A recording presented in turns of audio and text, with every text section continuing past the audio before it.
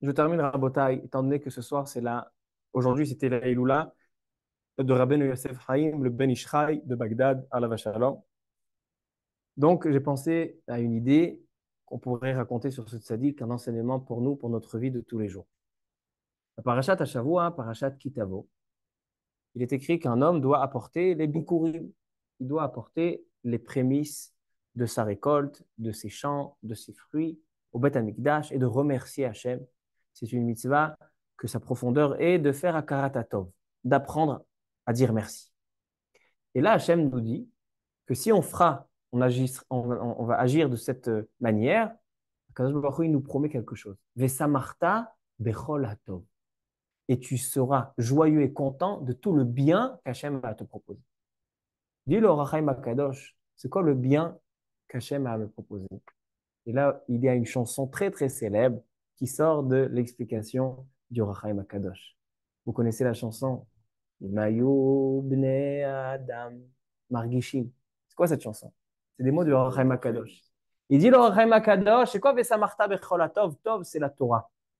Quand Hachem, il nous promet, si on fait toutes les mitzvot, on fait Akarat Tov, il nous donnera la possibilité d'être joyeux de la mitzvah. Et il dit le Rachaim, Imayu bnei Adam, si les hommes, les êtres humains, Ayu margishim, auraient pu arriver à ressentir, Bemetikut, Va'arevut à Torah, de goûter la douceur et comment la Torah est agréable, Ayu mishtagim, ils seraient devenus fous, mitlahatim achareha, ils ont couru après la Torah. Velo yechashev be'enehem, melo olam kesef vezahav. Et même si on leur proposerait un monde rempli d'or et d'argent et de diamants, de pierres précieuses, ils auraient laissé de côté. Pourquoi? Parce qu'ils ont goûté à ce que c'est le bonheur de la Torah. La seule raison qu'aujourd'hui, on a des fois tendance, on se trompe, on essaie de chercher des kiffs à droite, à gauche, et on ne va pas chercher le kiff dans la Torah, c'est parce qu'on n'a pas aiguiser notre palais dans la douceur et comment la Torah est agréable. Mais si mayu margishim, ayu mitlahatim acharea, qui a Torah kolelet kol hatovot shebaolam, parce que la Torah englobe en elle tous les bonheurs et les bonnes choses que le monde a à nous offrir, la Torah les englobe. Ça, c'est le Rachaim Akadosh, très connu. Tout le monde connaît le Ben Ishraï, Alav Shalom, combien on étudie dans ses livres, combien on apprend de ses halachot. Ben Ishraï, vraiment, il y a eu des histoires de miracles. On raconte que le livre Ben Ishraï sont des cours qu'il donnait tous les Shabbats et qu'à ce shiur-là, à Bagdad, il y avait plus de 5000 personnes. Et quand il parlait sans micro, tout le monde l'entendait. C'était un S. Alors Ben Ishraï à Kadosh, pas besoin de faire de ses éloges. Écoutez une histoire.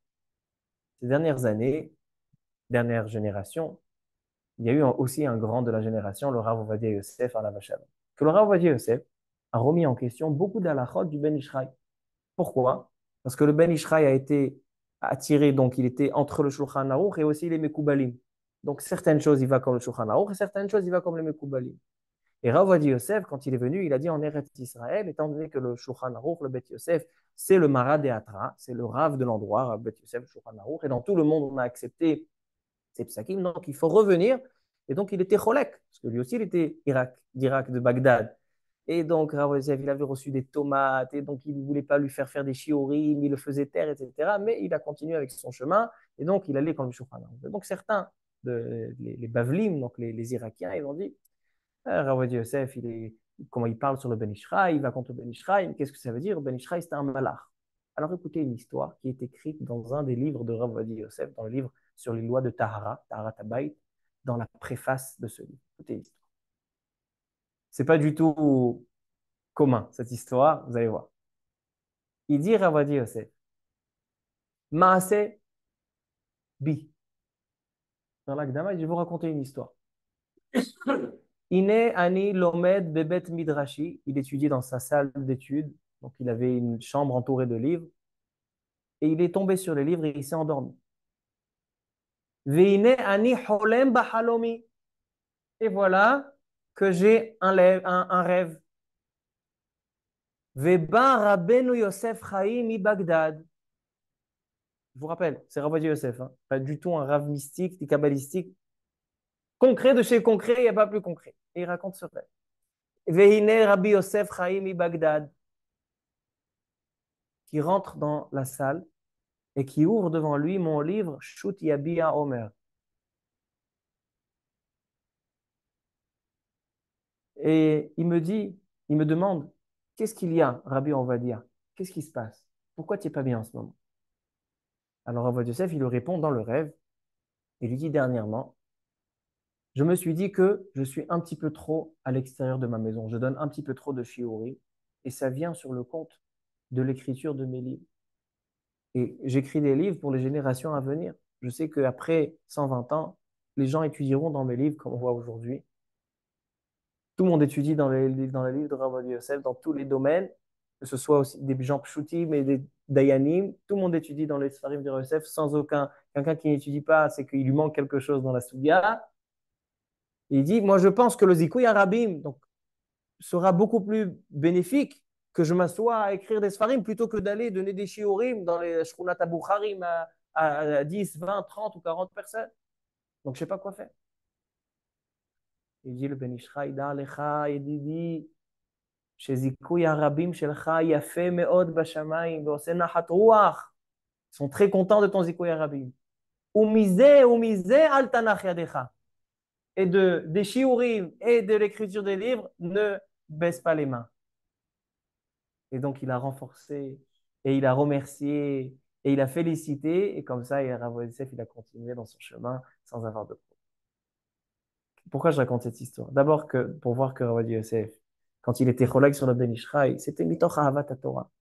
Et le Ben Ishraï, il le ressentait. Il pensait que le Ben Ishraï, il a une péda sur Rav Yosef. Ah putain, contraire. Les deux sont contents, les deux dansent. Pourquoi?